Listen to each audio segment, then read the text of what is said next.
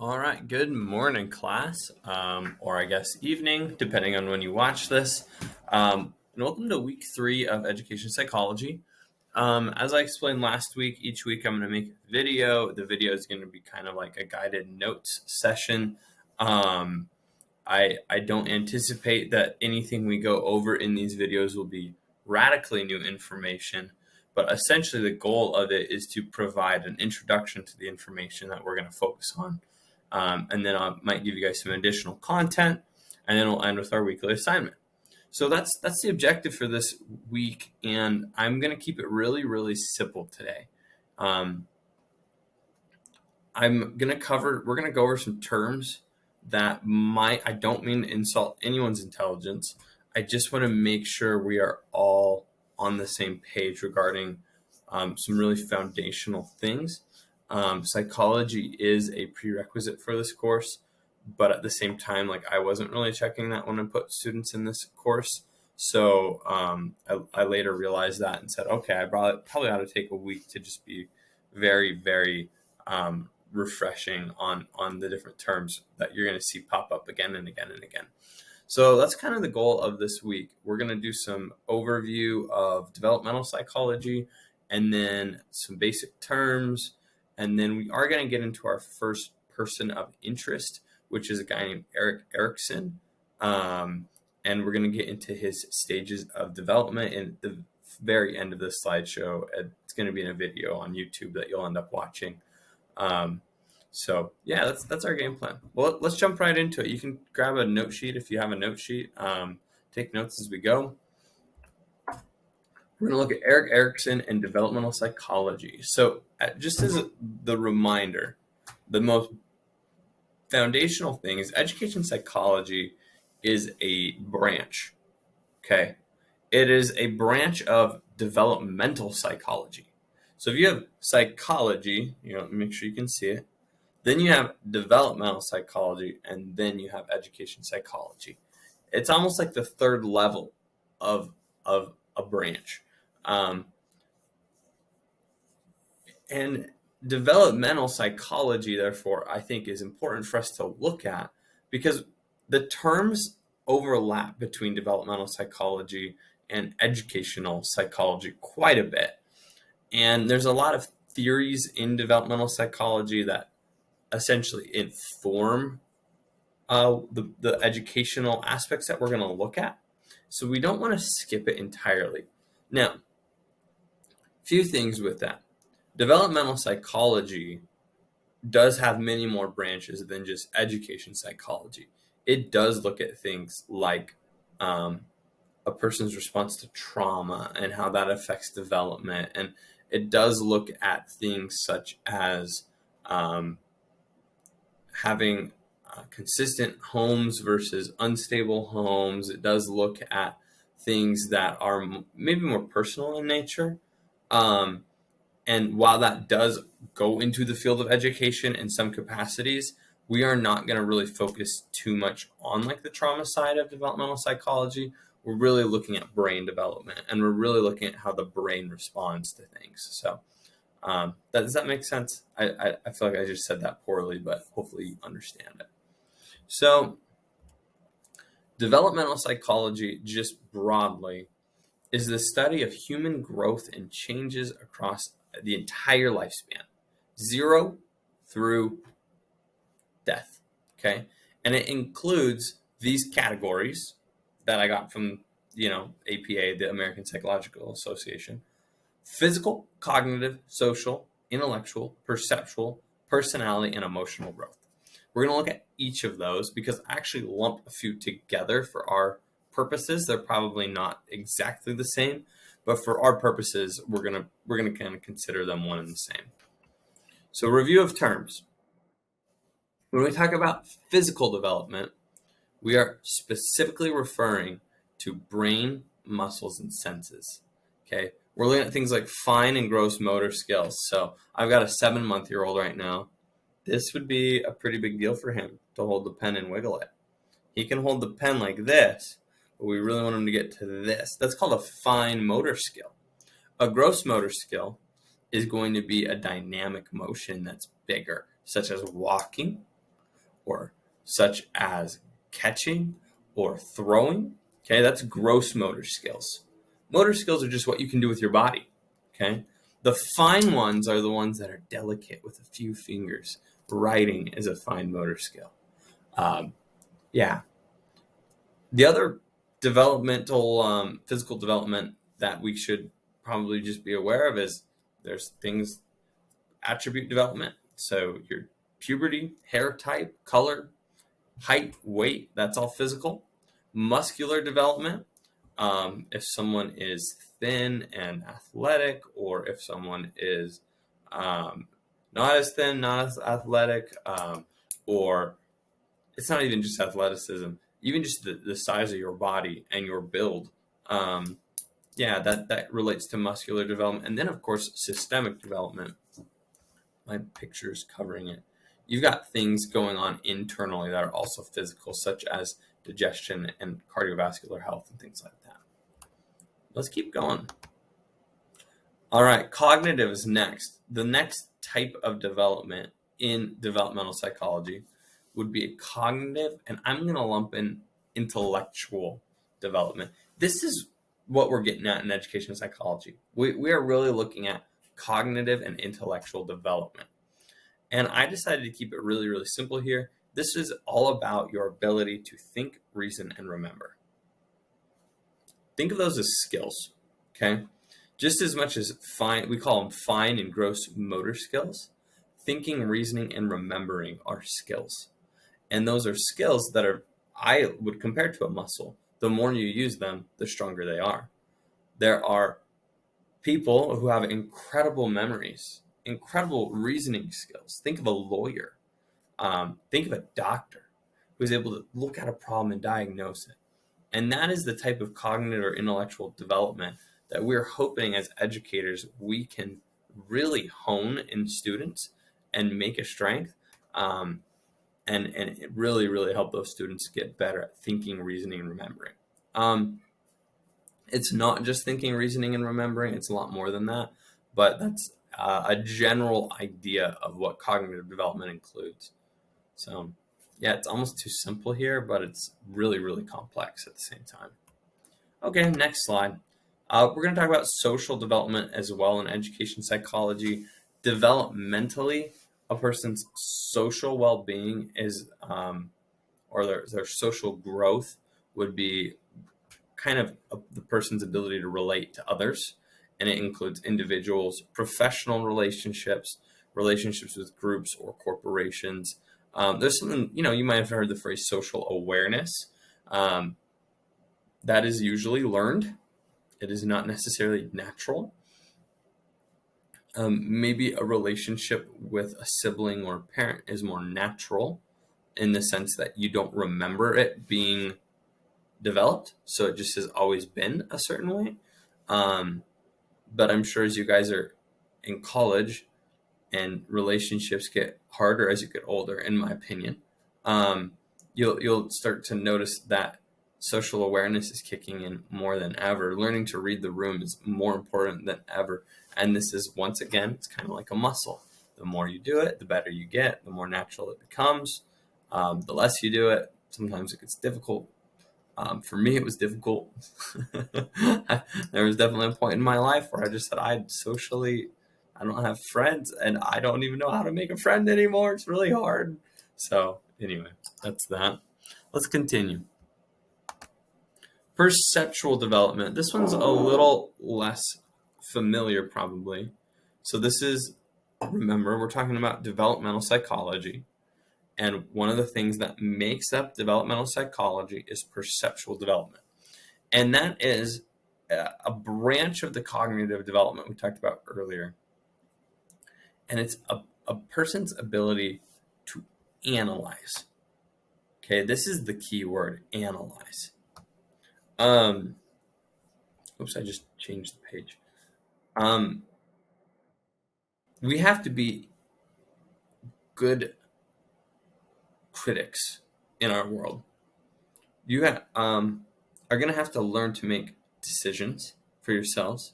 You're going to have to analyze the situation you're in and make a decision. And those who are able to look at it from an unbiased and from multiple perspectives, they have that strong perceptual development. Those people are typically better decision makers. If you are making decisions merely from a snap judge reaction, it's typically not as strong of a decision making faculty as if you can take a step back, look at it from multiple perspectives, maintain a presence of mind even when you are stressed. That is what I would call perceptual development. So yeah, it's the ability to think through a situation even when you're confronted with a difficulty, or perhaps you need to make a decision quickly. It's a difficult one, but again, with practice, you get better. So finally, not quite finally, second to last of our components of developmental psychology, we have personality development. This would be what makes you you. This is the combinations of characteristics that form you. I'm going to be very brief on this one. You guys probably are familiar with personality. It's your likes and your dislikes, your strengths, your weaknesses, your goals, so much more than that. It's what makes you you. Yeah. That's another fun one for me with the 7-month-old right now, is I'm starting to see that personality development in him, where it's like, okay, maybe that is from me. Maybe this is from mom. But there's something that's just him. And that's pretty cool. Yeah, it's fun to see. So each of you have your own personality that grows naturally, and I hope you enjoy it. There's definitely, that's going to be a big part of what we talk about today with Erikson, is when someone feels tension with their personality, it creates a crisis. It creates a not a midlife crisis, even though Erikson also coined that phrase, and Erikson has a midlife crisis. You go through a crisis at a bunch of different stages in your life, and a big part of it's your personality. So, yeah. Finally, the last part of developmental psychology is emotional development. It's regarding the way someone feels, and I think of it in terms of continuums. I got a typo here. Oh, never mind. It looks good. I think the way someone feels, your feelings, your emotions are going to be along a series of continuums. Sometimes the way you feel is in response to a proactive decision. Sometimes it's reactive. Something's done to you. Sometimes the way you feel is very strong, and sometimes it's very muted. Sometimes it is stronger than it should be, and we call you dramatic, which is probably mean. Sometimes, and this is more serious in my mind, sometimes the way you feel is less strong than it should be, even though should be is, put that in air quotes. And that's actually something that's very concerning, is when something massive happens in your life and you're unable to process that emotion, it can lead to a lot of I guess, defense mechanisms. It can lead to a lot of coping tactics that aren't always healthy. It's called anhedonia. That's why I have an anhedonic feeling here. And it's good to feel. It's good to feel, you guys. So then we can also talk about the types of feelings: happiness, sadness, joy, envy, sickness, all that, or not sickness. You get it. And then external versus internal, what you're showing on the outside versus what you're feeling. So emotional development is also part of this branch of developmental psychology. Okay, so those are our terms. Hopefully you were able to take some notes on them. I think, we'll just keep on going with the slideshow. We're going to take a brief deviation. We're going to keep covering some terms, but we've got these characteristics of developmental psychology. Some will show up in education psychology. Not all of them will, but there's something to think about. There's something to realize exist, because the way people are is kind of a combination of all of these. And so therefore we just want to be careful we don't minimize any of these, even though in the branch of education psychology, we're going to be focusing on a lot of cognitive and intellectual development. So why are we even going through all this, right? The reason we're going through this is because in the field of psychology, we have theories. And I really, really want us to transition now to kind of talking about Erik Erikson's theories on developmental psychology. His theories probably are not tried and true, locked, solid, perfect proof. Here's the equation. No. This is a social science. We don't have the luxury of testing things that way and saying it is 100% true.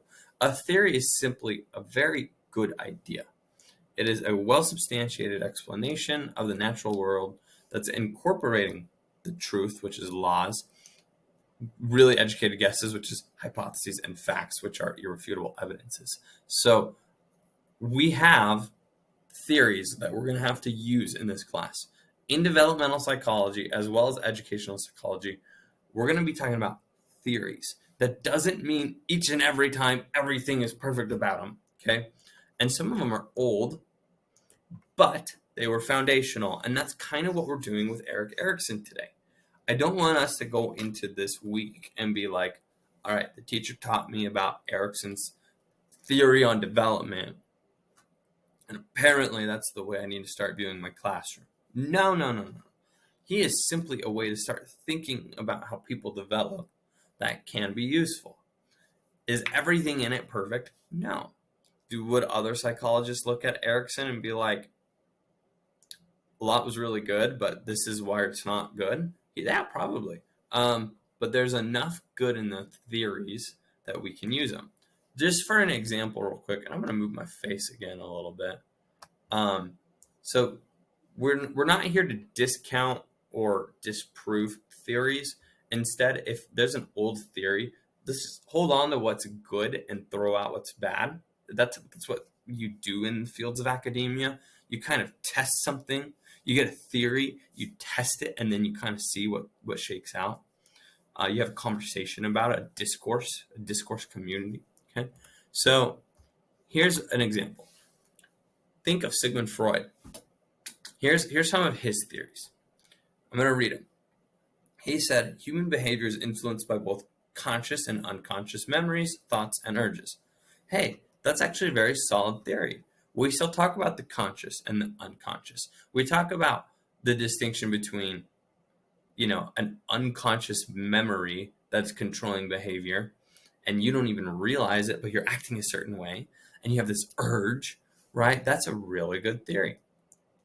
Here's another Freudian psychology theory. He said a person can work through problems or traumas by talking about them. He called it talk therapy. That's a really good theory. If you talk about stuff, memories are brought back to your mind, and verbalization has this special connection point with your ability to move past something. That's a great theory. Okay, so then where we probably would start throwing the Freudian theories out might be human development can be matched with psychosocial development. In other words, Freud also said, on top of these first two really good theories, he said the process of human development is sexual. In his mind, you could not separate any development aspect from a person's sexual development, and specifically their psychosexual development, how they thought about sex. And he said that was how you essentially map out a person's life, was in terms of their psychosexual development. Okay, that theory has been probably tossed a little bit. Maybe there's some truth to it in some ways. But things like Oedipal complexes and whatnot are probably just not always the truth that Freud said they were. So anyway, that's why this is just a way of thinking. Some of the theory we keep, some of the theory we toss. And that's kind of what we're going to do today with Erikson as well. It's not quite as graphic as Freud, but that's what we're going to do with Erikson. So we're skipping Freud. We're going to go on to Erik Erikson. And here's what Erik Erikson did. He developed 8 stages for psychosocial development. He said, when humans are born until humans die, they go through 8 crises. Yes, he was the person who coined the term midlife crisis. And he said every person goes through one. Some people show it more than others. Some people express it more than others. But everybody goes through a midlife crisis. We'll get to that. Not only do you go through a midlife crisis, you go through 7 other crises. Okay? And he essentially said, he called these crises and he called them conflicts interchangeably. And here's how he defines them. A crisis or a conflict is a tension or major question that a person consciously or unconsciously faces during a part of their life that results in how a person sees themselves in the world. It's perceptual at the end of the day, and it affects how you see yourself and it affects how you see the world. And if you successfully navigate that conflict, typically there is a virtue that you would gain. This is according to Erikson. I actually made a whole 50-minute video on this, and then I was looking at YouTube and I found an easier video. So I want you guys to watch this. It's right embedded into the slides. I'll also make sure there's a link in Moodle. It is 12 minutes rather than 50 minutes, and the guy is a lot more concise with his information than I was. So I thought I'd just have you guys watch this video instead. Okay, so you're going to watch this video, and then after that point, there's going to be just a bit of work for you to do on Moodle. And then for this week's assignment, I've decided to have a quiz. Don't think it's not a closed book quiz. I guess the term might just be an assignment, but it's going to go in as a quiz grade. And the whole idea is we've covered a lot of terms today. We've covered a ton of information. You're going to get a lot more from this video as well. I do think there's some value in just ensuring that we know our terms. I'm not going to do too many quizzes that are fill in the blank kind of style like this, because I don't think it's a very effective learning strategy. I think papers, essays, conversations, those typically lead to better learning than quizzes. But for this foundational type of knowledge and foundational type of thing, a quiz is kind of an effective way of making sure everyone's on the same page. So that's the plan for the week. This video you're finishing, watch this video on YouTube, the Erikson Stages of Development Theory. Then you have 1 reading, and then you got a quiz.